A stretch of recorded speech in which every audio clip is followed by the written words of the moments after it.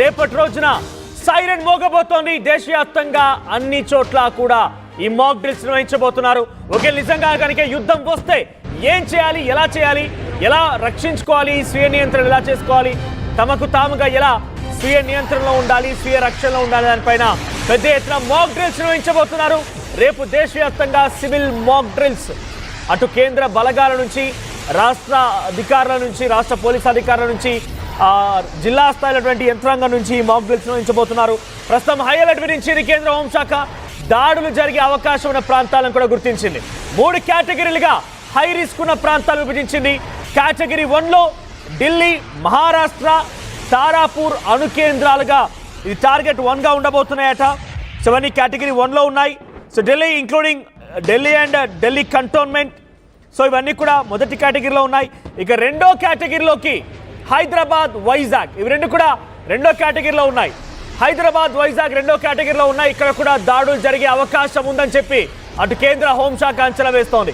మరోవైపుగా category 3లో దేశవ్యాప్తంగా 244 జిల్లాలున్నాయి. యుద్ధ ప్రభావిత ప్రాంతాల్లోనే ఈ మాక్ డ్రిల్స్ జరగబోతున్నాయి. ఎక్కడైతే యుద్ధం ప్రభావిత ప్రాంతాలుగా ఇప్పుడు నేను చెప్పినటువంటి 3 కేటగిరీస్ ఉన్నాయో ఈ కేటగిరీస్లోనే మాక్ డ్రిల్స్ నిర్వహించబోతున్నారు.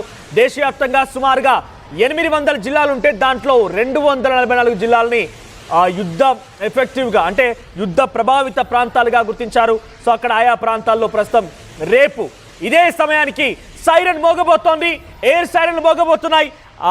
మాక్ డ్రిల్స్ నిర్వహించబోతున్నారు. సో ఏముంటుంది మాక్ డ్రిల్స్లో, ఎలా నిర్వహిస్తారు ఏంటని ఇప్పటికే మీకు చాలా క్లుప్తంగా ఆర్టీ వివరించే ప్రయత్నం చేసింది. మరొకసారి మీకు గుర్తు చేస్తాను. సివిల్ మాక్ డ్రిల్స్ అంటే ప్రజలకు ఎటువంటి ఇబ్బందులు కలగకుండా ప్రజల సంరక్షణార్థం ఎటువంటి చర్యలు చేపట్టాలి, ప్రభుత్వ యంత్రాంగం ఎలా ఉండాలి, ప్రజలు కూడా స్వీయ నియంత్రణ, స్వీయ రక్షణలో ఎలా ఉండాలి, దానిపైన జరిగేటువంటివే ఈ మాక్ డ్రిల్స్. సో ఏం చేస్తారు రేపు మాక్ డ్రిల్స్ అంటే కనుక ట్రైనింగ్ అండ్ మొబిలైజింగ్ వాలంటీర్స్. ముందుగా ఎవరైతే నిజంగా యుద్ధాన్ని తలెత్తితే వాలంటీర్స్గా ఎవరెవరు ఉంటారో ఆయా పక్షాలకి కొన్ని ట్రైనింగ్ అందిస్తారు, కొన్ని రకాలుగా వారికి సూచనలు చేస్తారు. ఆ తర్వాత blackout and evacuation drills.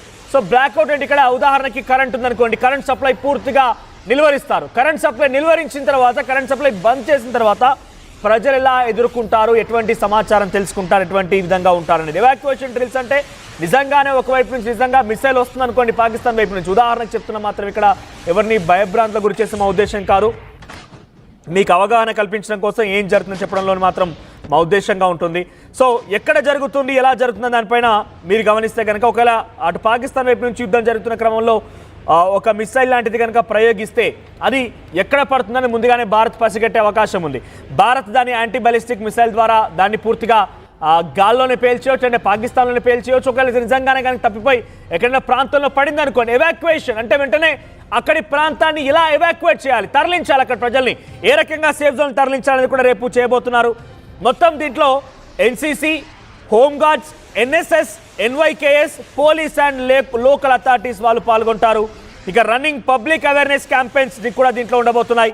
So Hyderabad, Vizag అనేది ఇక్కడ మళ్ళీ ఎందుకు చెప్తున్నాం, తెలుగు వాళ్ళకి అర్థమయ్యే రీతిలో ఎందుకు మీకు అలర్ట్ జారీ చేస్తున్నాం అంటే, ఈ రెండు కూడా కేటగిరీ 2లో ఉన్నాయి. అంటే అక్కడ దాడులు జరిగే అవకాశం ఉన్నట్టుగా ఏదైతే కొన్ని కేటగిరీలని, కొన్ని ప్రాంతాలని హోంశాఖ విడుదల చేసిందో ఆ విడుదల చేసిన దాంట్లో హైదరాబాద్, వైజాగ్ రెండో కేటగిరీలో ఉన్నాయి. మొదటి కేటగిరీలో ఢిల్లీ, తారాపూర్ ఇవి రెండు కూడా మొదటి కేటగిరీలో ఉన్నాయి. మహారాష్ట్ర, ముంబై కూడా మొదటి కేటగిరీలోనే ఉంది. సో మొదటి కేటగిరీలో ఢిల్లీ, మహారాష్ట్ర, తారాపూర్లు ఉంటే ఇక రెండో కేటగిరీలో హైదరాబాద్, వైజాగ్. అంటే ఇవన్నీ కూడా ద మోస్ట్ ఎఫెక్టెడ్ ఏరియాస్. ఒకవేళ నిజంగానే ఉగ్రవాదులు దాడి చేయాల్సి వస్తే ఈ ప్రాంతాల్లో పెద్ద ఎత్తున దాడులకు తెరలేపే అవకాశం కూడా ఉందట. సో ఏం చేయబోతున్నారంటే కనుక ఈ మాక్ డ్రిల్స్లో ఎక్కడెక్కడ జరగబోతున్నారు, ఎలా చేయబోతున్నారంటే ఎక్కువగా డెన్సిటీ ఉన్న ఏరియాస్లో చూస్ చేసుకునే అవకాశం ఉంది రేపు మాక్ డ్రిల్స్ కూడా. డెన్సిటీ అంటే ఎక్కువగా క్రౌడీ ఉన్న ఏరియాస్లో, హై రిస్క్ ఉన్న ఏరియాస్లో అంటే హైదరాబాద్, వైజాగ్లో కూడా ఈ మాక్ డ్రిల్స్ ఉండే అవకాశం ఉంది. ఇక కోస్టల్ సెన్సిటివిటీ, వైజాగ్, గోవా ఇవన్నీ కూడా కోస్టల్ ఏరియాస్కి చెప్పబడుతోంది కాబట్టి కోస్టల్ ఏరియాస్లో కూడా దీని మాక్ డ్రిల్స్ ఉండే అవకాశం ఉంది. సో టెర్రరిజం నుంచి కూడా మోస్ట్ ఎఫెక్టెడ్ ఏరియాస్గా ఉండే అవకాశం ఉంది. ఇక ప్రెజెన్స్ ఆఫ్ క్రిటికల్ ఇన్ఫ్రాస్ట్రక్చర్ అంటే వ్యాపార కేంద్రాలను నాశనం చేయడం, ప్రజలు తలదాచుకునే చోట్లను నాశనం చేయడం, ఎలక్ట్రిసిటీ సప్లైని పూర్తిగా నిలిపేయడం కోసం అక్కడ దాడులు చేయడం. సో అటువంటి ప్రాంతాల్లో కనుక ఉంటే ఎలా జరగాలన్న విషయం పైన కూడా రేపు మాక్ డ్రిల్ చెప్పబోతున్నారు. ఇక ఇంటర్నేషనల్ బార్డర్స్ వెంట అది రాజస్థాన్, పంజాబ్, గుజరాత్, హిమాచల్ ప్రదేశ్ అండ్ జమ్మూ కాశ్మీర్ ఈ 5 రాష్ట్రాల వెంట మోస్ట్లీగా ఫ్రంట్ లైన్గా ఉంటున్నటువంటి ఈ రాష్ట్రాల్లో మోస్ట్లీ అక్కడ మాక్ డ్రిల్స్ ఉండే అవకాశం ఉంది. ఇకపోతే దీంట్లో ఏం జరుగుతుంది అని అంటే కనుక కోల్డ్ వార్ గతంలో కూడా 1968లో కూడా ఇటువంటి సివిల్ మాక్ డ్రిల్సే జరిగాయట. సో ప్రజెంట్ మరోసారి సివిల్ మాక్ డ్రిల్స్ జరుగుతున్నాయి. దీంట్లో పవర్ బ్లాక్అవుట్స్, కరెంట్ సప్లై నిలిపివేస్తారు. ఎయిర్ రైడ్ సైరన్స్ అంటే గాల్లో నుంచి విమానాలు వెళ్తూ సైరన్ మోగిస్తూ ఉంటాయి. ఎవాక్యుయేషన్ అలర్ట్స్ అంటే ఒకవేళ ఇంట్లో నుంచి వెళ్ళిపోవాలంటే ఎటువంటి అలర్ట్స్ ఇస్తారనేది ఒకటి ఉంటుంది. ఎమర్జెన్సీ కమ్యూనికేషన్ బ్రేక్ డౌన్, ఒకవేళ కమ్యూనికేషన్ బ్రేక్ డౌన్ అయిన తర్వాత ఏ రకంగా కమ్యూనికేట్ అవ్వాలని దానిపైన ఉంటుంటాయి. షెల్టర్ ఇన్ ప్లేస్ ప్రోటోకాల్స్ అంటే ఒక కొన్ని పర్టికులర్ ఏరియాస్ని లోకల్ అథారిటీస్ ఎంచుకుంటాయి. ఒక నిజంగానే కనుక దాడి జరిగింది అనుకోండి, వారంతా కలిసి అక్కడి ప్రాంత ప్రజలు రక్షించడం కోసం ఒక సేఫ్ జోన్ని ఎంచుకోవాలి. కాబట్టి ఆయా ప్రాంతాలని షెల్టర్ ఇన్ ప్లేస్ ప్రోటోకాల్స్ అంటే చెప్తుంటారు. అటువంటి ప్రాంతాలని ఎంచుకోవాల్సి ఉంటుంది. సో ప్రజెంట్ ఇవన్నీ జరగబోతున్నాయి. Air raid sirens, crash blackouts, camouflage exercises, evacuation drills, public training sessions ఇవన్నీ కూడా రేపు జరగబోతున్నాయి. ఎవరెవరు పార్టిసిపేట్ చేస్తారు దీంట్లో మాక్ డ్రిల్స్లో అంటే కనుక డిస్ట్రిక్ట్ అడ్మినిస్ట్రేషన్ వాళ్ళు, home guards, civil defence wardens ఉంటారు, ఎన్సీసీ ఎన్ఎస్ఎస్ క్యాడెట్స్ ఉంటారు, ఎన్వైకేస్ ఉంటారు, విద్యార్థులు కూడా కొంతమంది అక్కడ స్వచ్ఛందంగా వచ్చేవారు ఉంటారు. తర్వాత పారామిలిటరీ అండ్ పోలీస్ ఫోర్సెస్ ఉంటారు. వీళ్ళంతా కూడా దీంట్లో పార్టిసిపేట్ చేస్తారు. సో రేపు హైదరాబాద్, వైజాగ్లో కూడా ఈ మాక్ డ్రిల్స్ ఉండే అవకాశం ఉంది. కేంద్ర హోంశాఖ విడుదల చేసినటువంటి నివేదిక ప్రకారంగా ఇవి రెండు కూడా కేటగిరీ 2లో ఉన్నాయి. ద మోస్ట్ ఎఫెక్టెడ్ ప్లేసెస్గా వీటి కూడా గుర్తించారు. ఇక్కడ కూడా దాడులు చేసే అవకాశం ఉన్నట్టుగా వాళ్ళు గుర్తిస్తున్నారు. అటు వైజాగ్ కోస్టల్ ఏరియాగా ఉంటుంది. హైదరాబాద్లో కూడా మీరు గమనిస్తే గతంలో కూడా బాంబు పేలుడు సంఘటన చోటు చేసుకున్నాయి. సో ప్రస్తుతం అటువంటిదే జరిపి, ఎందుకంటే హైదరాబాద్ అనేది హైయెస్ట్ డెన్సిటీ అంటే చాలా తక్కువ ప్రాంతాల్లో ఎక్కువ జనాభా ఉన్నటువంటి ప్రాంతం ఇదంతా కూడా. హైదరాబాద్ అనేది సుమారుగా కోటిన్నర ప్రజలు ఉన్నటువంటి ప్రాంతం కాబట్టి డెఫినెట్గా ఇటువంటి హై డెన్సిటీ ప్రాంతాల్లో అటాక్ చేస్తే కనుక నిర్వీర్యపరచొచ్చు. అక్కడ ప్రజల్ని కూడా భయాందోళన గురించి వచ్చేటువంటి ఒక లక్ష్యంతో వారంతా టార్గెట్ చేసే అవకాశం ఉందని చెప్పి కేంద్ర హోంశాఖ నివేదిక విడుదల చేసింది.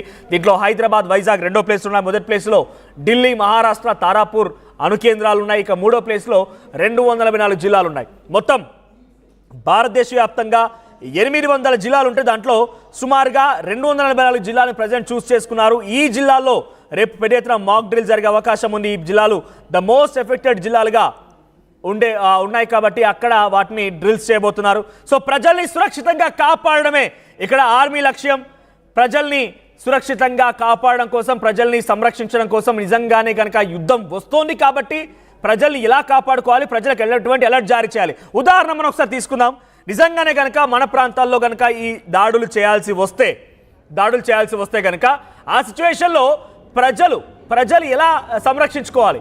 ఎలక్ట్రిసిటీ సప్లై కట్ అయిపోతుంది, కమ్యూనికేషన్ సిస్టమ్ కట్ అయిపోతుంది, ఇంటర్నెట్ సేవలు బంద్ అయిపోతాయి, ప్రతిదీ కూడా కట్ అయిపోతుంది. సో పబ్లిక్ మధ్య ఎటువంటి అలర్ట్స్ ఉండాలి? మెడికల్ ఎమర్జెన్సీ ఉంటే మెడికల్ ఎమర్జెన్సీ ఎలా ఉండాలి? ఒకవేళ విద్యార్థులు కనుక స్కూల్లో, కాలేజీలో ఉంటే కనుక వాళ్ళు ఎలా రక్షించుకోవాలి? బయట పబ్లిక్ ఎలా రక్షించుకోవాలి? షాపింగ్ మాల్స్ టార్గెట్గా, పెట్రోల్ బంక్స్ టార్గెట్గా, పవర్ గ్రిడ్స్ టార్గెట్గా దాడులు కొనసాగు. ఎందుకంటే వీటిని కట్ చేస్తే ముందుగా కమ్యూనికేషన్ కట్ అవుతుంది. కమ్యూనికేషన్ కట్ అయిపోతే పబ్లిక్ మధ్య కోఆర్డినేషన్, యూనిటీ తగ్గిపోతుంది. సో ఇవన్నీ కూడా విచ్ఛిన్నం చేసే ప్రయత్నంలో భాగంగా ఉండొచ్చు. ఇప్పుడు నేను చెప్తోంది ఏదో యుద్ధం జరుగుతుందని కనుక చాలా మంది కూడా యుద్ధం జరుగుతుందని చెప్తున్నారు. ఆర్టీవీ కొంత భయభ్రాంతులకు గురి చేస్తూ ఉంటున్నారు. ఇక్కడ ఎవరిని భయభ్రాంతులకు గురి చేసే ఉద్దేశం మరి కాదు. దయచేసి గమనించండి. ఒకవేళ జరగాల్సి వస్తే ముందస్తు చర్యలో భాగంగా అక్కడ ప్రభుత్వం అలర్ట్ చేస్తోంది కదా, ప్రభుత్వమే చెప్తోంది కదా, జరిగే అవకాశం ఉంటే ఎలా కాపాడుకోవాలని చెప్పేటువంటి ఉద్దేశంలో భాగంగానే మేము కూడా మీకు అవేర్నెస్ కల్పించే ప్రయత్నం చేస్తున్నాము. మా వంతు బాధ్యతగా మీకు అన్ని రకాలుగా ఆ ప్రభుత్వం ఏం చెప్తుందని చెప్పే ప్రయత్నం చేస్తున్నాను. కేంద్ర హోంశాఖ విడుదల చేసిన ప్రకారంగా డాటా ఇలా ఉంది. కేటగిరీ 1లో ఢిల్లీ, మహారాష్ట్ర, తారాపూర్ అణు కేంద్రాలు ఉన్నాయి. కేటగిరీ 2లో హైదరాబాద్, వైజాగ్ ఉంది. మరొక కేటగిరీ 3లో 244 జిల్లాలు ఉన్నాయి. ఈ కేటగిరీల ప్రకారంగా దాడులు చేయొచ్చు. వీటిని టార్గెట్ చేస్తే భారత్ని కొంత విచ్ఛిన్నం చేయొచ్చు, కొంత ఎమర్జెన్సీ క్రియేట్ చేయొచ్చు అనే ఒక ఆలోచనలో, దురాలోచనలో పాకిస్తాన్ ఉండే అవకాశం ఉంది. గతంలో కొన్ని ఉదాహరణలు తీసుకున్నారు కాబట్టి అటు కేంద్ర హోంశాఖ విడుదల చేసిన నివేదికల ప్రకారంగా ప్రజెంట్ మేము మీకు ఈ వార్తలు అందిస్తున్నాము. సో హైదరాబాద్, వైజాగ్లకు టార్గెట్గా ఉండబోతున్నాయట. సో డెఫినెట్గా అంత సీరియస్ ఏం కాదు, కానీ కేంద్ర హోంశాఖ ముందస్తు అలర్ట్లో భాగంగానే ఎమర్జెన్సీ చెప్తుంది కాబట్టి, కొంత అలర్ట్ జారీ చేస్తుంది కాబట్టి దానిలో భాగంగానే ఇక్కడ మేము కూడా మీకు చెప్తున్నాము. సో అంతటి స్థాయిలో నిజంగా జరిగితే కనుక దాన్ని మించినటువంటి శక్తి భారత్ దగ్గర ఉంది. భారత్ అక్కడ ఒక మిసైల్ ప్రయోగించక మునిపే దాన్ని పాకిస్తాన్లోనే చిత్తు చేసి పాకిస్తాన్ను పేల్చేయగల సామర్థ్యంతో ఉంది భారతదేశం, భారత ఆర్మీ. అక్కడే పూర్తిగా దాన్ని ఖతం చేసి అక్కడి ప్రజలకే పూర్తిగా ఈ విషయం పైన అక్కడి ఆర్మీకి, అక్కడి ప్రజాప్రతినిధులు, అక్కడి ప్రజలకే ఇబ్బంది కలిగజేసే విధంగా కూడా యాంటీ బాలిస్టిక్ మిసైల్లు ఉన్నాయి మన దగ్గర. అడ్వాన్స్డ్ యాంటీ బాలిస్టిక్ మిసైల్స్ ఉన్నాయి మన దగ్గర, చాలా శక్తులు ఉన్నాయి. ఎట్టి పరిస్థితుల్లో భయపడాల్సిన పనేం లేదు. కానీ అలర్ట్గా ఉండడం అనేది మన బాధ్యత, బృహత్తర కర్తవ్యం కూడా. సో ఒక భారతీయుడిగా అటువైపు దేశంలో యుద్ధం జరుగుతున్న క్రమంలో మనవంతుగా కొన్ని బాధ్యతలు కూడా ఉంటాయి. కాబట్టి రేపటి రోజున నిజంగానే కనుక ఒక